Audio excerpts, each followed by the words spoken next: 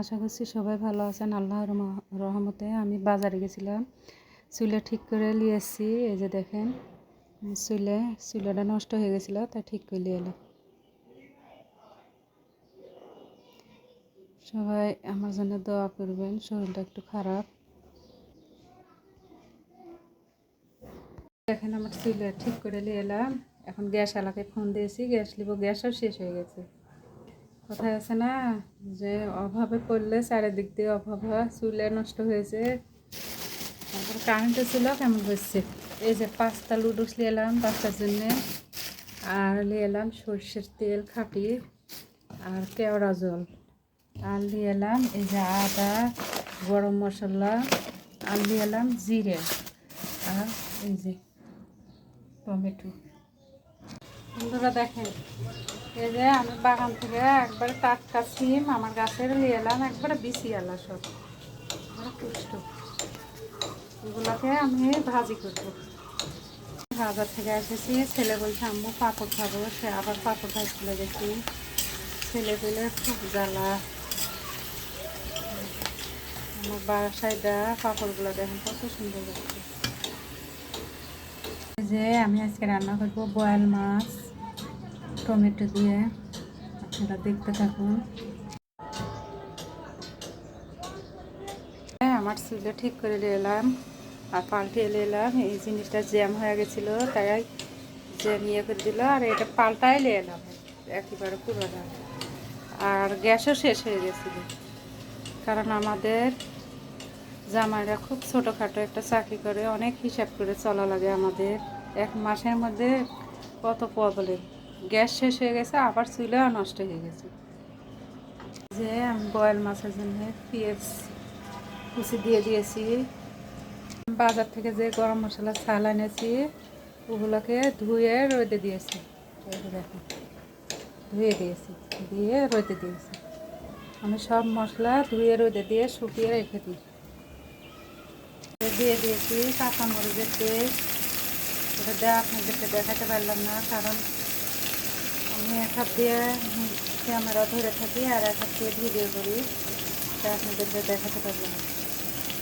আমার এমন এক প্রবলেম যে একটা স্ট্যান্ড কিনবো, তাও কিনতে পারছি না। দিয়ে দিলাম হলুদের গুঁড়ো, লবণ, আর দিয়ে দিলাম আদা জিরে বাটা।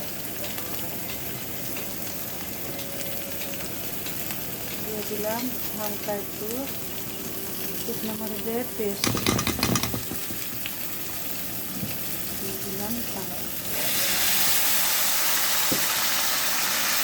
দিয়ে আমি মশলাটাকে একটু কষিয়ে দিচ্ছি।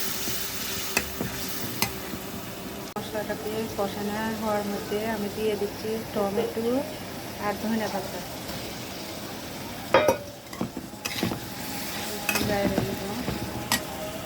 দিয়ে দেবো এই যে ভেজে রাখা বোয়াল মাছগুলোকে দিয়ে দিচ্ছি। মাছটাকে আমি কষায় রান্না করবো, আমার ছেলেদেরকে আমি কষায় রান্না করবো।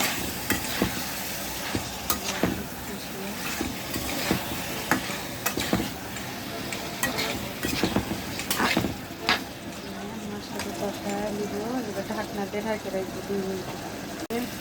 মাছটাকে কষানো হয়ে গেছে, আমি এবার হালকা একটু ঝোল অ্যাড করে দিব।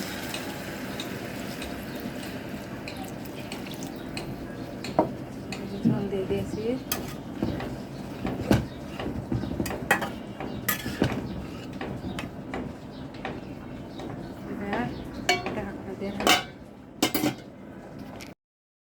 তরকারি হওয়ার মধ্যে এবার আমি দিয়ে দেব জিরের গুঁড়ো।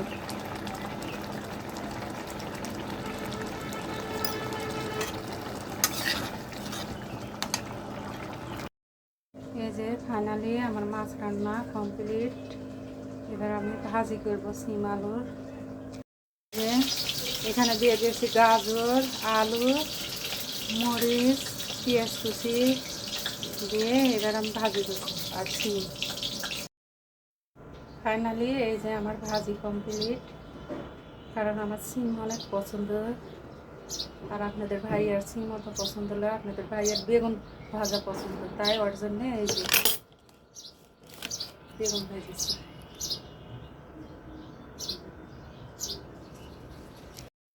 এই যে আমার ছেলে পাস্তা লুডুস খাবে, তাই আমি রান্না করছি।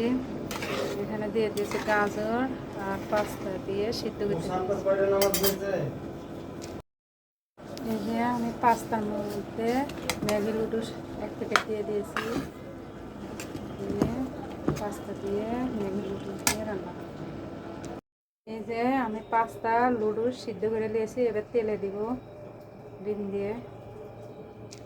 এই যে আমি দিয়ে দিয়েছি টমেটো আর ডিম ভেঙে দিলাম, দিয়ে ইয়ে করছি। এবার পাস্তা ঢালে দিব। ফাইনালি আমার পাস্তা রান্না হয়ে গেছে, আমার বাবাদেরকে দিব এবার খেতে। আপনারা সবাই কমেন্ট করবেন পাস্তাটা রান্না কেমন হয়েছে। আজকের মতন এই পর্যন্ত ভিডিও। আল্লাহ হাফেজ সবাইকে, ভালো থাকবেন সবাই।